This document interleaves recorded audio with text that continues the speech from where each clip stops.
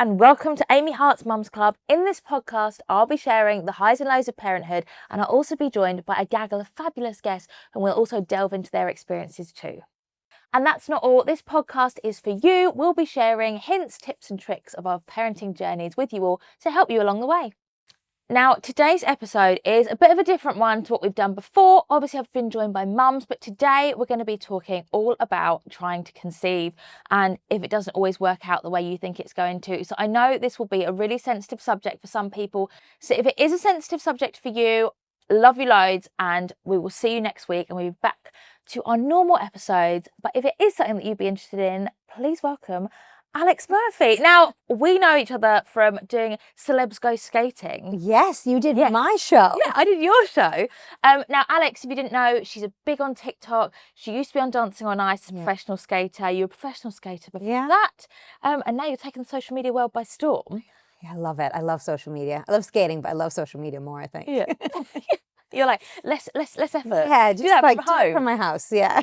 I felt like I did Celebs Go Skating with you, and I then had a few skating lessons afterwards. And it was really fun, but you can't just, especially when you're like a beginner, you can't just like rock up to the rink and like, it's not like if you, like when I started running, and I can just go out running on my toe. And it's like you can't enjoy the experience, at least you have to have like a few trips and a few tries before you can enjoy skating. Like most of the pros on the show, it's until our like 10th lesson with somebody that they actually go, oh, this is fun. Yeah, you know. See, I had Dan Slinden, who was the ice captain. He used to do like the pre-training with the celebs. Oh yeah, okay, yeah. And I just could not get the lemon. The lemons are hard. Yeah, but once you get them, you'll do them at every like winter thing that you ever go to. Every winter ice skating rink, you'll do lemons for the rest of your life. But the one thing, the last bit on this, the one thing that I found so funny was when I like sort of got the hang out of it, I was like skating around and I was like, whoa, I'm going so fast, I'm so speedy, oh my god, I could literally be on Dancing on Ice. Then I watched the video back and I was going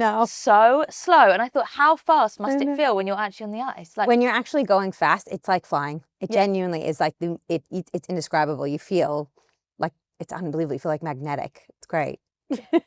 Now, you're here today to talk about your TTC journey, but before we get into that, we need to talk about Dancing on Ice. What was it like winning with Joe Swash? Oh, it was great. It was awesome. Like, it sounds really bad, but like winning anything, if you ever get the opportunity to be a competitor and win anything in your life, you can't describe the feeling. Like nothing tops it. They say like, getting married and having a baby tops it, but like this is a pretty big thing. It feels really good. Like when you win something, and I was lucky enough to win the show in Amsterdam as well as winning the show in the UK. Both times, the best feeling of my life. Like just it's unbelievable. And to get to dance the bolero in front of Corval and Dean. I know, and then Chris told me how good the bolero was. I still think about it. He like said, oh no, we're happy for you, Joe, but we're really happy for Alex because she's done so well. And I was like, oh. I cried the whole time.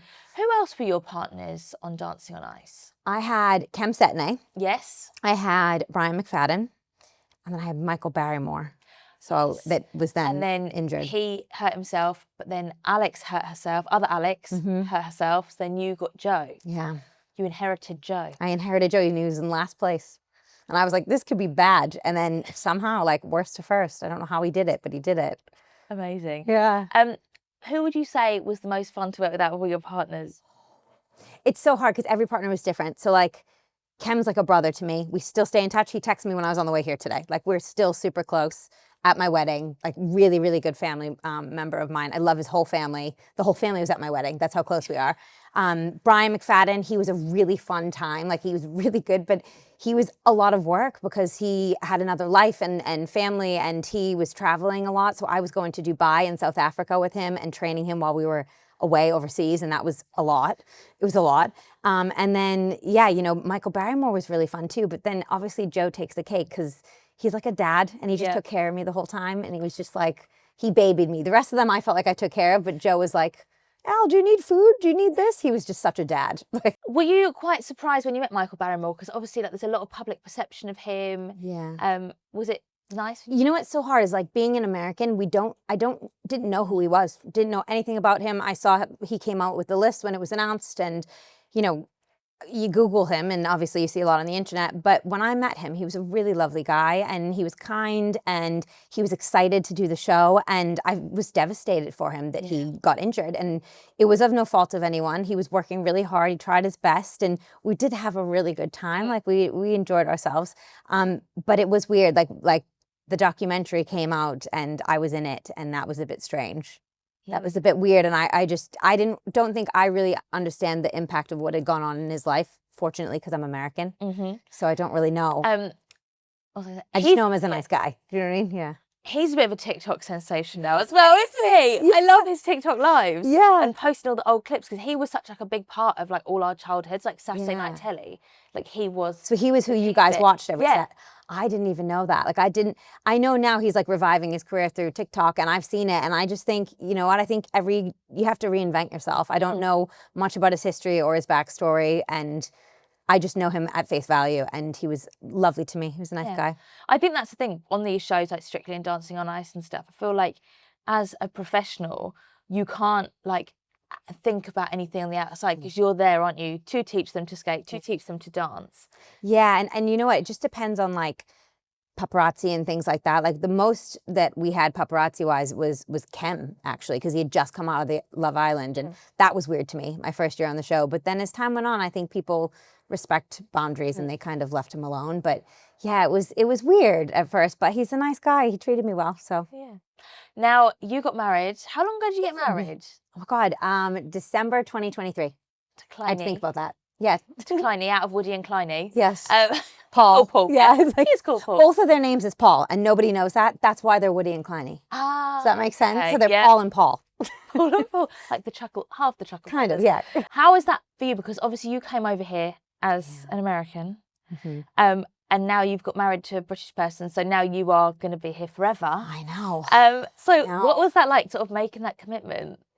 It was strange because I loved being here anyways, and there was so much opportunity for the show, and then obviously we did Coach Trip, and there was more opportunities coming off the back of it, and I wanted to be here anyways, and I always said, you know, with our relationship, he wasn't going to be the reason why I stayed, and so many times I said to him, I'm not here because of you. Like, I didn't want that to be one, pressure on him, but also pressure on me that like I came all the way for a boy. Do you know what I mean? And now, I mean, I'm married with a dog and a house now, but I love it here. Yeah, I chose to be here, I like to think.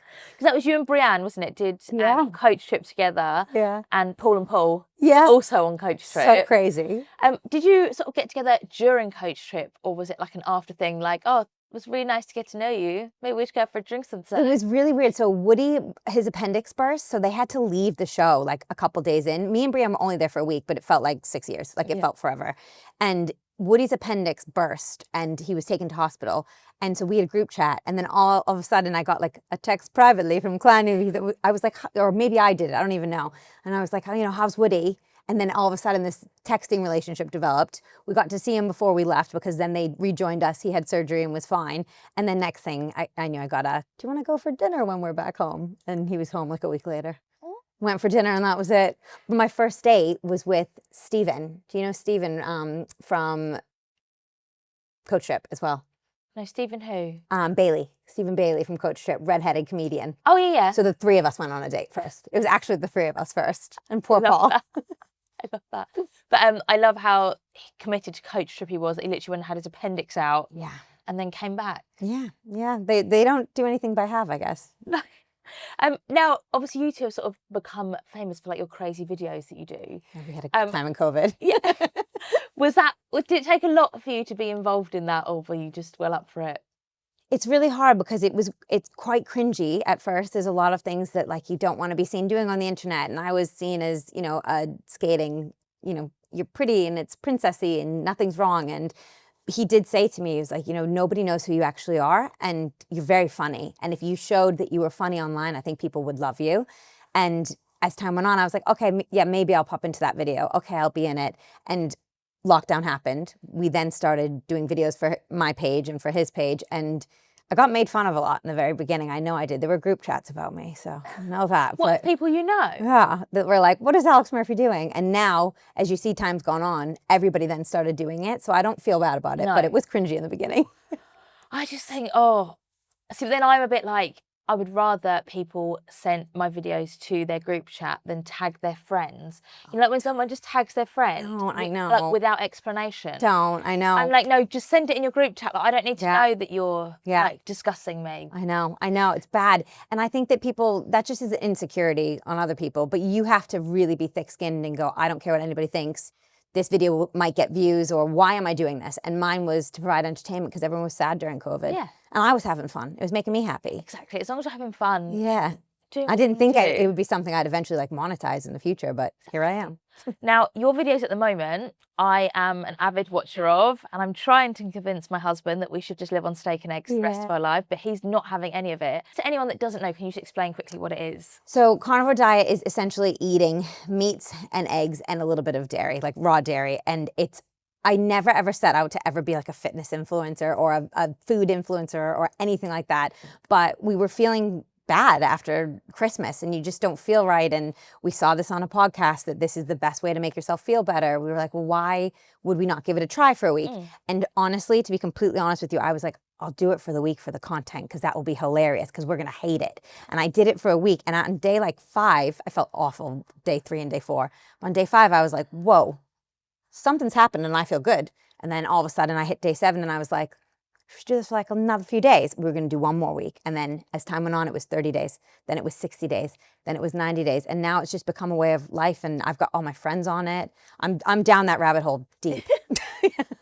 I'm so in the rabbit hole. Like, how do you know Alex is on the carnivore diet? Because she'll tell you about it. Yes, I've become a vegan for the carnivore diet, basically, where you tell everybody about vegan. it. Yeah. But how is it making you, like, what are the changes? So the first thing everybody asks is you do lose weight. You definitely, like, I've lost weight, my husband's lost weight, but we didn't do it for that. We did it for brain fog. Like, my brain has never functioned better, and I'm a stroke survivor, and that's something that I have to really think about. I've never been like calmer, less all over the place. I think the brain has really, really helped. I never ate as bad as my husband did, but his asthma is gone, his IBS is gone, his like any coughing that he was doing, and he stopped snoring. So he's had like other things that have gone great. My skin's so much better than it ever was. Like, there's so many more pros to it than just losing weight. So I'm like, if you have a different why, it's easy to stick to. Oh, I do feel like I really want to try it because I feel like you feel amazing. What do you do when you go out for dinner? Steak. Obviously, you should go to a steak restaurant. Yeah. Stupid question. Steak. And like, if you go around to someone's house and they're like, I'm going to cook you tomato pasta, and you're like, no, hun. I'm like, oh, we'll meet you for tea. I always like, oh, I'll meet you for a cup of tea afterwards. Like, it did make us antisocial in the beginning because I was trying to figure it out. And then I don't think my husband could have done it without me cooking for him in the beginning. But now, like, he goes places, or if he has to go away next week, he'll just eat steak and eggs, and that'll be it for him. I suppose like any diet makes you a bit antisocial though. Like when I was prepping for Love Island, I never went out. Yeah, because I was like, oh, I might get drunk and tell someone I'm going on Love Island. Yeah. Or can't eat it. Yeah, and like I could go out and socialise with people and have to try and keep the secret, or I could spend the evening meal prepping, and that's going to be more beneficial to me at this point in my life. So I think anything like that makes you a little bit antisocial. I know, it's not just the carnivore diet, but it definitely, and people respect it now. I think because I documented it, everyone's like, okay, are you doing carnivore? And I'm like, yeah, we're still on it, and they just allow it. Yeah, I think as well, like, everything is such a fad. The fact that you've done 109 days shows that, you know, you have stuck. But this has been around for like a long time. Like, people have done this diet before, and I think that What's the difference between it and keto? So keto allows, I think it's cruciferous vegetables. Right. So this certain, and also keto like allows for like sweeteners. Like, I was a definite sweetener addict. Like, I used to put pumpkin spice, sugar-free, everything in my coffees, and it was bad. In the beginning, I definitely had withdrawals. Now I'm drinking black coffee, which is so not like me I ever thought, you know? It must cost quite a lot though to like live on steak all day, every day. So people think, this is what I did find, especially in the beginning, when we're cooking from home, it's a third of the price because I'm going to Aldi. Like, I'm not shopping at, I don't know, like Waitrose. Yeah, or Whole Foods even. Like, I'm shopping at Aldi. They have great cuts. I try to get like the best grass-fed ones I can find. But we're not buying anything else. So it's like all the processed stuff that you bought completely outweighs. Like, our grocery bills were halved the first month at least. And then by the next month, it was like almost like a third of what we were paying for. And then, but when you go out to eat, it's more expensive because you buy the steak.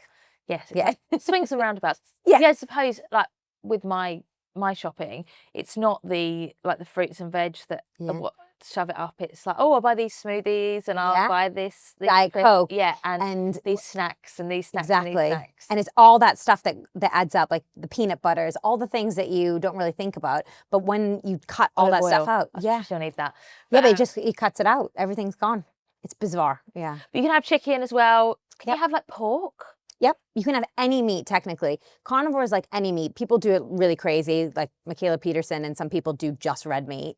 I haven't gotten there yet, but I do find red meat makes me feel better. So it's kind of an experiment of it, I guess. I might try it, and then you'll see me do the week. God, do it. Just do it. Do it for me, and then you can call me on the weekend and tell me how you feel. You'll hate me on like day 4 and 5, but you'll like me after that. Now, the reason you're here today is to talk about your trying to conceive journey. So obviously you and Kleiny, Paul, got married. Did you think about trying for children straight away?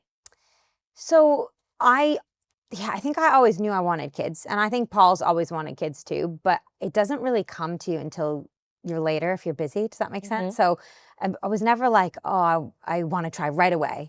But there was a bit of me that was like, well, once we get married, that's when we'll start trying. And I was like, oh, it will just happen right when we get married. So the year before our wedding, I was like, nope, absolutely not. We need to get married first. And I'm a good Catholic, and we're going to get married first.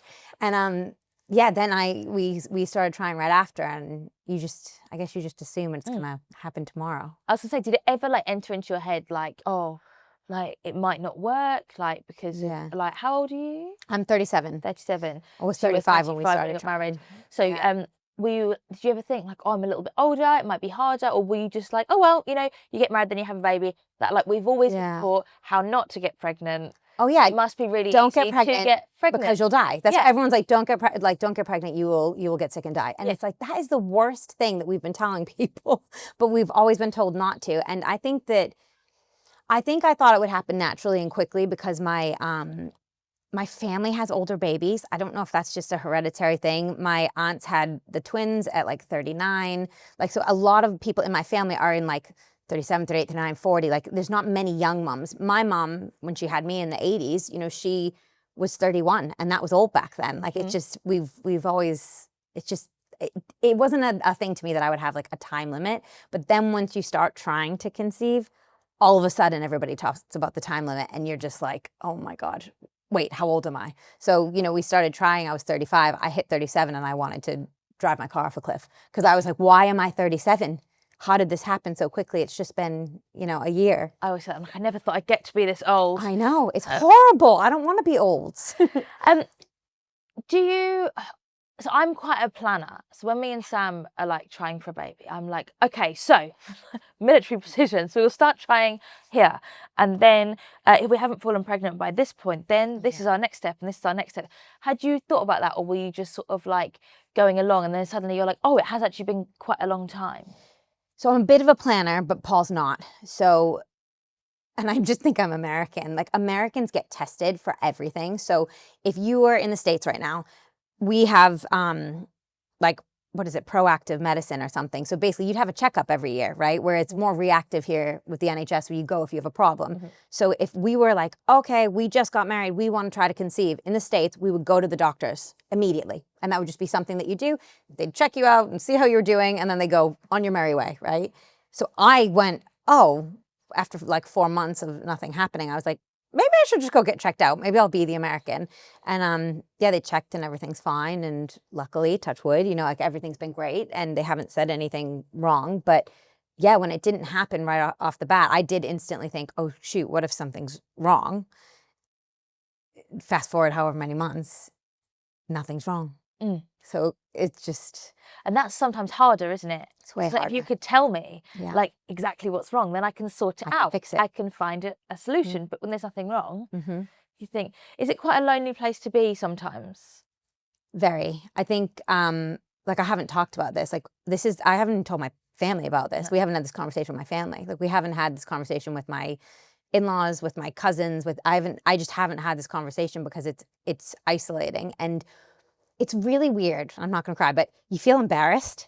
Like, you feel like, how am I embarrassed that my body's not working? And I felt like this after my stroke. I felt, why am I embarrassed? Like, that I had a stroke. Why am I embarrassed that this hasn't happened yet? I know it's going to happen. Yeah. I have so much faith that it's going to happen, but like, is something wrong with me? And that is something that I think if I could pinpoint, you got PCOS or your period doesn't come perfectly, or like, we can't find anything.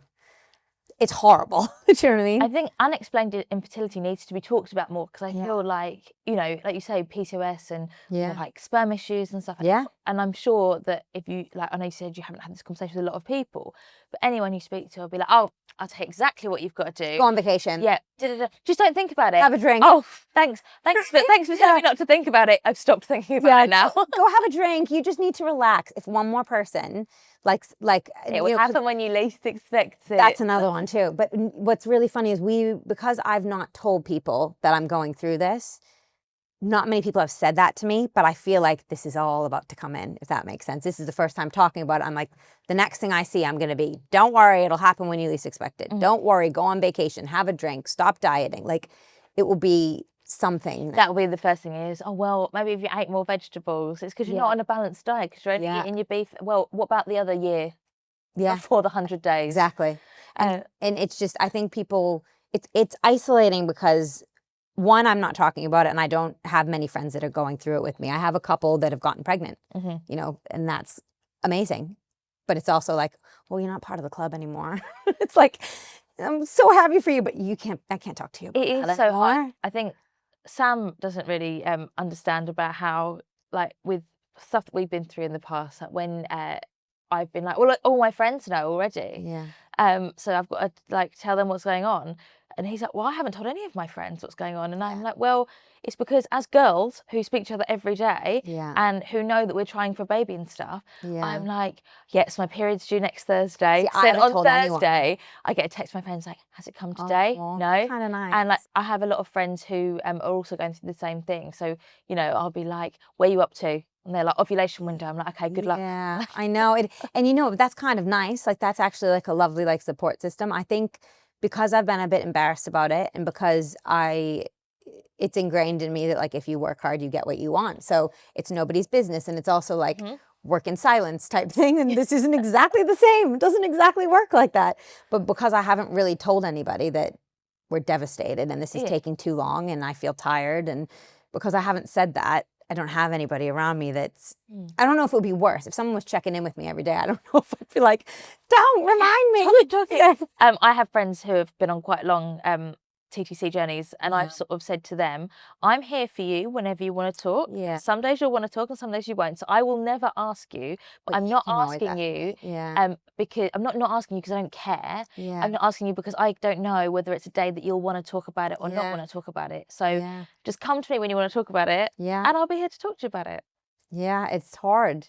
And I think, when everyone gets pregnant around you, and this is one thing that I have to say, like, I am proud of myself for this. I've had a lot of people get pregnant around me in the last, year and a bit.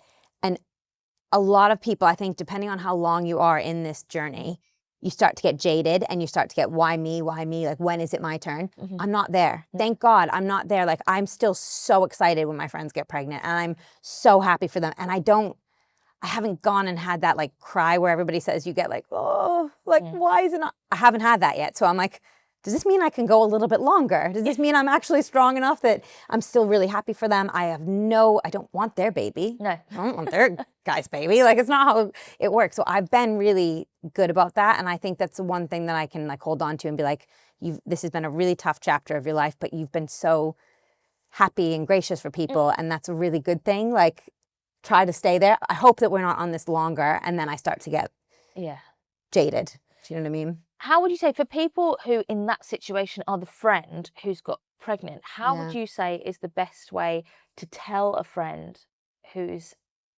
Well, I think for me, nobody knows. So everyone's just telling me how they'd normally tell me, which is great, because I think that's probably the best way. I don't think I'd want to be told, I know you're trying and this is going to be difficult for you. I would be devastated. That would make me feel horrible as a person, as a friend, as someone that, like, you're one of my best friends or my family, and I love you. Of course I'm happy for you. That would be crazy to me if you thought that I wouldn't be. But nobody knows for me, so everyone's just telling me normally, which is great. So it hasn't faced me. When I got pregnant with Stanley, I was sort of supporting two friends through, like, solo IVF journeys, and I obviously didn't plan to get pregnant. So the way that I like Googled it, I was like, how is the best way to tell someone? And they said a voice note, because then it's still your voice telling them, but they can react how they need to react. And then when they see you, they'll be like, Oh. that's amazing. But they can have their moment. It's not putting it on them like in person, being like, guess what? Yeah. And then having to be like, oh, amazing. And I think I think it's just being sensitive to other people, but like, I don't know what, I haven't had that moment yet. So that's what keeps telling me that I'm like, I've got good faith that it's going to happen, because I think when you're a good person, good things happen to you. And I'm like, I know that it's okay and it's normal to feel jealous even, or why not me? Why not me? But I'm not there yet, thank God. That's why I think I'm okay to sit in this chair. Yeah, exactly. You know what I mean? I'm like, and I feel like, obviously you said you haven't spoken to anyone. Do you feel like, because I feel like I'd be like this, do you feel like doing this is easier? Because then you haven't actually got to like sit with like your mum and your friends and like potentially get upset in front of them, like so embarrassing. Exactly. I'm like, this is almost better, because it's ironic. I put my life online and everything I do is online. I don't share everything lovely that he's done, because I like to keep it for myself. But when he does do something really great on Easter, I'm like, he deserves the credit for it. So I think because I kind of keep myself to myself in my own little bubble, and I haven't told anybody about this, coming on here and airing it out is just like, figure it out. Like, now you all know. So now you know that this sucks, you know? And I think I don't want to talk about it. Yeah, I don't need to talk about it, but I have gotten a lot of flack online about it, where I have a really big Facebook community, and I really, really love them on there. But there have been some really nasty people lately saying like, and this is when I started blocking on them. I've never blocked anyone. And this year I was like, no. People will come on and say, you're 37, you should be having children right now. You're so narcissistic. You're selfish. You should be having kids. When are you going to have kids? And I'm like, we've been trying, and I can't even tell you that we've been trying. Well, so, those people, do you know what I mean? See this. I was like, well, they're not on the page anymore, but that's, I think, been the hardest bit, because I haven't come out with it. So people will say things like, oh my God, she's so selfish. It is difficult. Like, I know people mean really, really well. Yeah. But at certain times in the last year that have been quite hard, when people are messaging me saying, I really hope you get to announce a pregnancy soon. Or you show like the slightest bump. Oh yeah, I'm like, no, I'm just fat. I pinned a comment once. Someone Paul and I went away for our like a little mini honeymoon, and I had an oversized sweatshirt on. This was like 5 months into trying. This wasn't even that like long. And I had an oversized sweatshirt, but it was starting to kind of get to me. And people kept going, oh my God, I think I see a baby. I think I see a baby, all over everything. And I finally just pinned to the top, nope, just fat. Because I was like, well, I have to laugh about it. But also, what if this was really touchy right now? Now we're a year in and it's touchy. Bless you. So I was like, can I hold till the end of the sentence? Yeah, like on the night, we had like a 4-day wedding, and on the first night I had this like jumpsuit on, and like I've always had a belly, I say I've always had a belly. I look back at pictures now of me in Love Island and I did not have a belly. You always think that when you're at your thinnest. I know, I look back now, I'm like, whoa, I was so sad. But I've always had a belly, and then obviously having Stanley, I have like a proper like mum tum. And people were commenting like, definitely pregnant already. And I just put like, definitely coil still in. Yeah, definitely drunk at my wedding. Yeah. Like, yeah. But I mean, I haven't told anybody this, but I did a pregnancy test on my wedding day. Yeah. Because I was so stressed out. You get ready for your wedding and you just lose weight accidentally. I didn't lose weight on purpose at all. My dress fitter was like, I'm going to kill you, because I was so nervous and anxious about it. And then, so my period was a couple days late. So I took a test then. So I look back on it, I'm like, it's been going on for such a long time now that I don't know how much longer I can get away with not talking about it, if that makes sense. I don't know how many more months I can get away and not be pregnant and people not start saying stuff. You know what I mean? It's hard. It is. It's a hard time, but hopefully like things like this will make people think about messaging and saying, oh, I hope you have some great news soon. Like, yeah, me too. And then also, like, wouldn't you keep it secret a little bit for you? Yeah, when I was pregnant with Stanley, I was so excited to announce, like literally on the day I was 12 weeks, I was on Loose Women announcing. Yeah. And now, just because of like all different reasons, like, I mean, I won't wait till the baby's like 1 year old before I announce, like, just to check that everything's okay. But I would definitely wait a lot longer next time. Would you? And I think, with as long as it's going to take us, or has taken me and Paul, like Paul's very private. It Mhm. sounds crazy because they've got 50 million followers, but he's like one of the most private people I know. He's got more than Jojo Siwa. Oh yeah, like he's beaten JoJo. We love JoJo.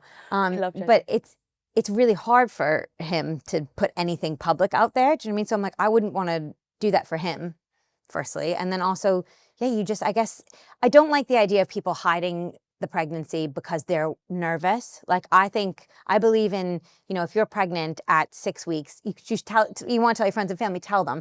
I don't like that feeling of, oh, wait till 12 weeks to tell us, because you should bring as much good energy to that baby as you can. Yes. Like, oh my God, we're so excited for the baby to come in. I don't want to hide it from anybody. But obviously to the public, I don't think. Yeah, I think when you've got like 50 million followers, like, I think, because my Instagram, before I went in Love Island, I used to do talky stories and stuff, which everyone said, I don't do talky stories, I'm not an influencer, but I used to do them. Yeah. And I used to talk to the camera all the time. And I think it was quite a hard shift when I first came out the villa to forget or to remember that there wasn't just like 3,000 people on there now. It was a lot more. But when you've got 50 million followers, then it is that is your public persona, and then you have your private persona, and it is two really separate things, because you can't, although you've got like an online community, like you can't reply to all 50 million people's DMs, you can't reply to everyone's comments and stuff. And they're very different people. So my husband is quite private, but you'd think he's loud and obnoxious because of their videos and things. But what he always says about me is I am exactly what I am online. And every time someone meets me, they're like, you're exactly what I expected you to be like. But it's a blessing and a curse because I haven't said anything about this trying to conceive. I haven't said anything at all. Everyone's waiting for it. Everyone's like, why hasn't she shared that? Like, so many people be like, well, I hope there's a baby soon. And why haven't I shared that? Well, there must be something wrong. That's another thing too. And I'm like, I don't want bad energy around it. There's nothing wrong.